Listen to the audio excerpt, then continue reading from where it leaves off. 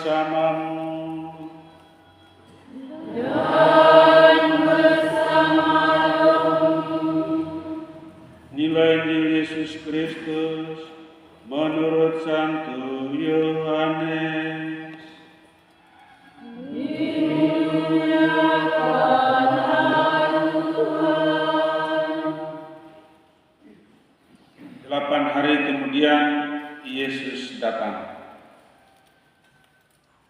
Setelah Yesus wafat di salib pada malam pertama sesudah hari Sabat, berkumpullah murid-murid Yesus di suatu tempat dengan pintu-pintu yang terkunci karena mereka takut kepada orang-orang Yahudi. Pada waktu itu datanglah Yesus berdiri di tengah-tengah mereka dan berkata, "Damai sejahtera bagi kamu." Sesudah berkata demikian, Yesus menunjukkan tangan dan lambungnya kepada mereka. Murid-murid itu bersukacita ketika mereka melihat Tuhan. Maka kata Yesus sekali lagi, "Damai sejahtera bagi kamu. Sama seperti Bapa mengutus aku, demikian juga sekarang aku mengutus kamu." Dan sesudah berkata demikian, Yesus menghembusi mereka dan berkata, "Terimalah Roh Kudus. Jikalau kamu mengampuni dosa orang, dosanya diampuni. Dan jikalau kamu menyatakan dosa orang tetap ada, dosanya tetap ada." Pada waktu Yesus datang itu, Thomas, seorang dari 12 murid yang juga disebut Didimus, tidak ada bersama-sama mereka. Maka kata murid-murid yang lain itu kepadanya, "Kami telah melihat Tuhan." Tapi Thomas berkata kepada mereka, "Sebelum aku melihat bekas paku pada tangannya, dan sebelum aku mencucukkan jariku ke dalam bekas paku itu, dan mencucukkan tanganku ke dalam lambungnya, sekali-kali aku tidak akan percaya." 8 hari kemudian murid-murid Yesus berada kembali dalam rumah itu, dan Thomas pun bersama-sama dengan mereka. Sementara pintu-pintu terkunci, Yesus datang. Ia berdiri di tengah-tengah mereka dan berkata, "Damai sejahtera bagi kamu." Kemudian Yesus berkata kepada Thomas, "Taruhlah jarimu di sini dan lihatlah tanganku. Ulurkanlah tanganmu dan cucukkan ke dalam lambungku, dan jangan engkau tidak percaya lagi, melainkan percayalah."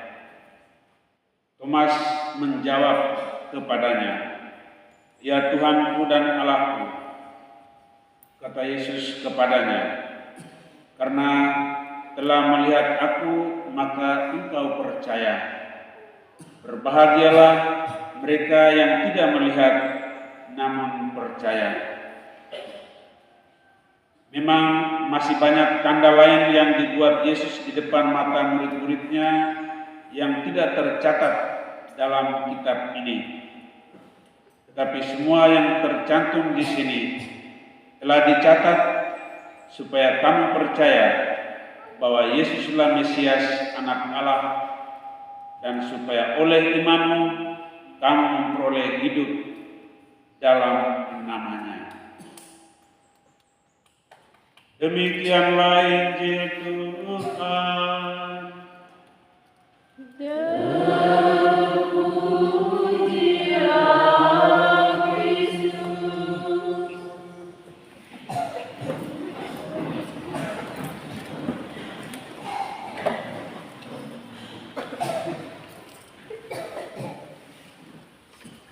Ibu, saudara-saudari, kaum muda, anak-anak, umat beriman yang terkasih. Sekali lagi selamat pagi. Juga selamat Paskah.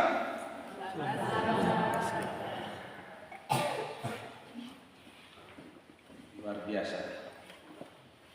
Bapak Ibu Saudara-saudari, hari ini kita merayakan hari Minggu Kerahiman Tuhan. Merenungkan sabda Tuhan yang barusan kita dengar, saya teringat akan sebuah kisah ketika saya masih bertugas sebagai formator di Seminari San Domingo Hoken. Ada sebuah momen ketika seorang siswa yang pura-pura sakit, dan itu merupakan pelanggaran. Itu tandanya bahwa siswa itu tidak disiplin dan malas mengikuti aktivitas harian, pembinaan harian di asrama, juga di sekolah. Lalu karena siswa ini sudah beberapa kali mendapat peringatan, sehingga kejadian itu menjadi sebuah peristiwa yang bisa saja membuat dia bisa dikeluarkan dari seminari. Saya sebagai pamong asrama menyampaikan kepada kepala dari semua asrama, yaitu prefek atau kepala pamong. Lalu kepala pamong menyampaikan bahwa nanti pada hari pertemuan berikut atau nanti ada waktu untuk secara khusus kita membicarakan dan memutuskan nasib siswa itu. Tunggu, waktu itu tidak datang. Saya menunggu saja. Akhirnya sampai akhir semester, menjelang akhir semester, penentuan terakhir di asrama, anak ini punya catatan yang terakhir tidak masuk dalam dokumen penilaian karena sidang kasus itu tidak pernah dilakukan. Lalu akhirnya karena kepala pamong itu lupa menjadwalkan pertemuan dimaksud, akhirnya kesalahan itu tidak diperhitungkan sehingga dia akhirnya lolos.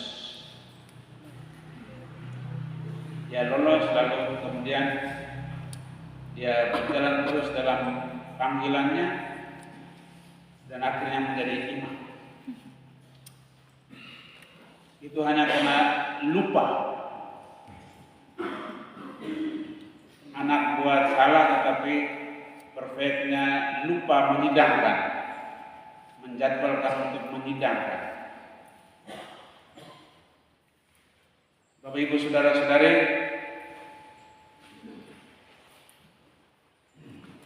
hari ini kita merayakan hari Minggu Kerahiman Ilahi. Bahwa Allah kita itu Maha Rahim, dan sepertinya kita manusia berdosa tapi dia lupa akan dosa kita. Dia tetap hidup.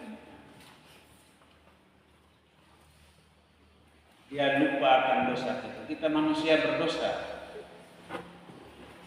yang mestinya dihukum, namun karena dia itu Allah Maha Rahim, maka hari ini kita secara khusus merayakannya untuk ingat bahwa sesungguhnya Allah kita itu dia tidak memperhitungkan dosa kita,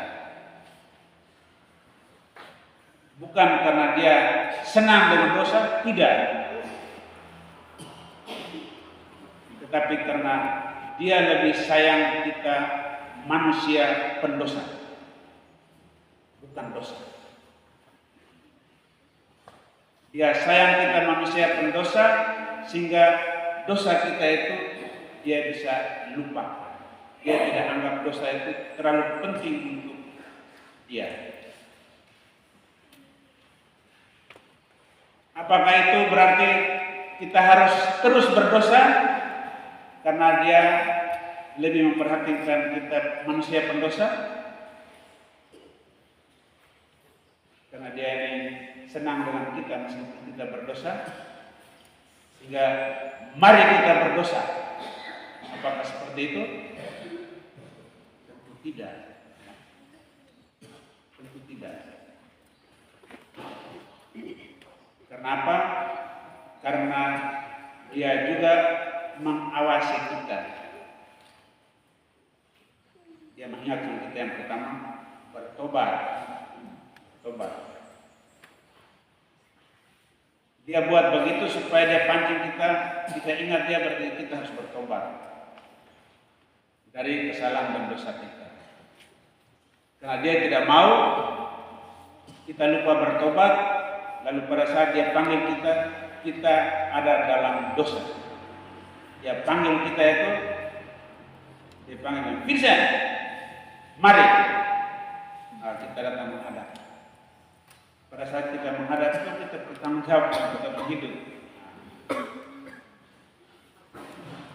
Jadi Dia baik sekali dengan kita, tapi kita jangan terlena dalam dosa. Itu bukan maksudnya. Dia berbelas kasih kepada kita supaya kita tetap hidup,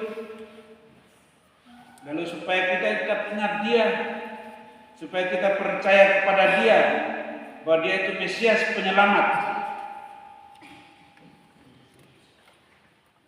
Kita percaya kepada Dia, tetapi Dia bukan mengizinkan kita untuk terus-menerus dalam dosa, tidak.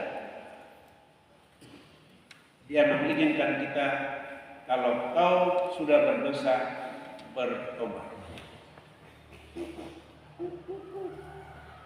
Untuk bertobat, Dia terima engkau kembali. Dia mau supaya kita bertobat. Dia tidak mau menghukum kita. Hukuman itu bukan akhir, bukan yang pertama. Dia itu mungkin yang terakhir.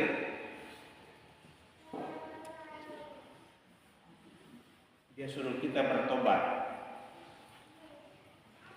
Tiap kali engkau salah, minta maaf, mohon ampun. Besok lagi kau buat salah, minta ampun terus. Dan Dia mengampuni sampai berapa kali? 70 kali 7 kali. Dia ampuni terus. Kau bertobat. Tugas kita itu bertobat. Dan Dia itu selalu mau mengampuni terus. Kau minta, kau bertobat, Dia tetap terima. Tetap terima selalu. Lalu kalau sampai kita dihukum, itu sudah keterlaluan. Sampai kalau kita dihukum karena kita kita lupa bertobat, itu keterlaluan. Dan Dia ini Maha Kasih, lupa dosa kita. Lalu kita terlena dalam dosa dan lupa kembali bertobat, sehingga akan kita di ujungnya kita dihukum. Aduh, keterlaluan. Saya tahu bahwa menjelang Paskah kita sudah mengaku, ada yang lupa mengaku kan? Sebelum Paskah itu biasanya ada jadwal dari trofi ya, kita mengaku. Ya, kalau momen ini juga tidak dipakai, kasihan. Engkau punya alasan seperti apa, tidak bisa dipakai alasan itu.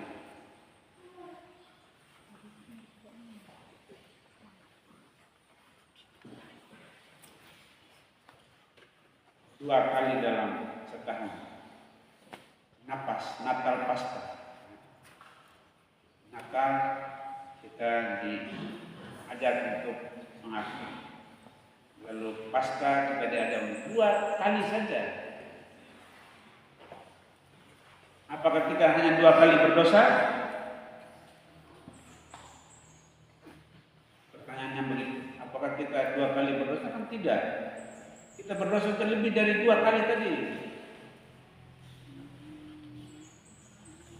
Tuhan hanya minta secara resmi itu 2 kali itu. Di hadapan Tuhan untuk mengaku dengan hati mengaku. Jadi sebenarnya Bapak Ibu Saudara-saudari, Tuhan buka ruang. Dia mengasihi kita, ya. Dia lupakan dosa kita karena kita lebih penting dari dosa itu. Kemudian ketika kita jatuh dalam dosa, dia buka ruang untuk kita bertobat. Setiap kali kita bertobat, dia selalu terima kita kembali. Sehingga kalau kita terus-menerus di dalam hidup dalam dosa dan mutu hidup kita tidak meningkat sama sekali, itu sangat disayangkan. Karena itu Bapak Ibu Saudara-saudari, di momen yang berrahmat ini, di mana kita merayakan hari Minggu Kerahiman Ilahi, marilah kita sadar pertama akan Allah yang berbelas kasih kepada kita, dan bahwa kita manusia berdosa ini sangat dikasihani oleh Tuhan. Karena itu juga jangan lupa ketika kita ada salah dan dosa, bertobatlah. Sehingga ketika Dia panggil kita, jangan sampai kita tidak siap. Dan kita tidak boleh membuat alasan yang kita sampaikan itu adalah sebuah penyesalan yang tidak bisa dibantu lagi. Kita tidak bisa bantu diri lagi. Dan saat itu juga Tuhan tidak bisa bantu lagi, karena Dia juga katakan yang kalau engkau tidak mau, Dia juga tidak bisa lakukan sesuatu yang lebih dari itu. Mari Bapak Ibu Saudara-saudari, karena Allah kita Allah Maha Rahim, semua kita juga mempraktekkan kerahiman Allah itu dalam hidup kita. Di rumah, Bapak dan Mama selalu menunjukkan komunikasi yang penuh cinta. Kata-kata kasar yang sering dipertontonkan di rumah, semoga itu bisa hilang. Kata-kata kasar dari bapak kepada mama, atau dari mama kepada bapak, atau dari bapak mama ke anak, kata-kata kasar itu harus dihindarkan. Kalau sayang, kalau punya kasih, kata-kata kasar tidak boleh diungkapkan, karena itu akan membekas dan melukai hati. Tangan yang keras ini juga tidak boleh angkat untuk tempeleng dan pukul, karena ini semua bentuk pelecehan. Ini semua bentuk untuk melukai mitra kita, pendamping kita, atau orang-orang yang dekat dengan kita. Karena itu, sekali lagi, karena Allah kita Maha Rahim, Dia tunjukkan kasihnya kepada kita juga harus menunjukkan kasih kita itu kepada orang-orang lain, terutama orang yang terdekat dalam hidup kita. Jangan sekali-kali keluarkan kata-kata kasar, jangan sekali-kali angkat tangan untuk pukul, tempeleng, cubit, dan lain sebagainya yang menyakiti dan melukai. Karena Tuhan kita tidak melakukan itu untuk kita. Dia tahu kita salah, tetapi Dia sayang kita. Ya, benci dosa, tetapi sayang kita manusia. Karena itu mari Bapak Ibu Saudara-saudara, saudari yang terkasih, kita benci dosa, sayang manusianya, hidup kita saling berbagi, saling berbelas kasih, maka tentu dunia kita dunia yang aman, damai, nyaman untuk kita hidupi dan bertumbuh di dalam kasih. Semoga. Mari Bapak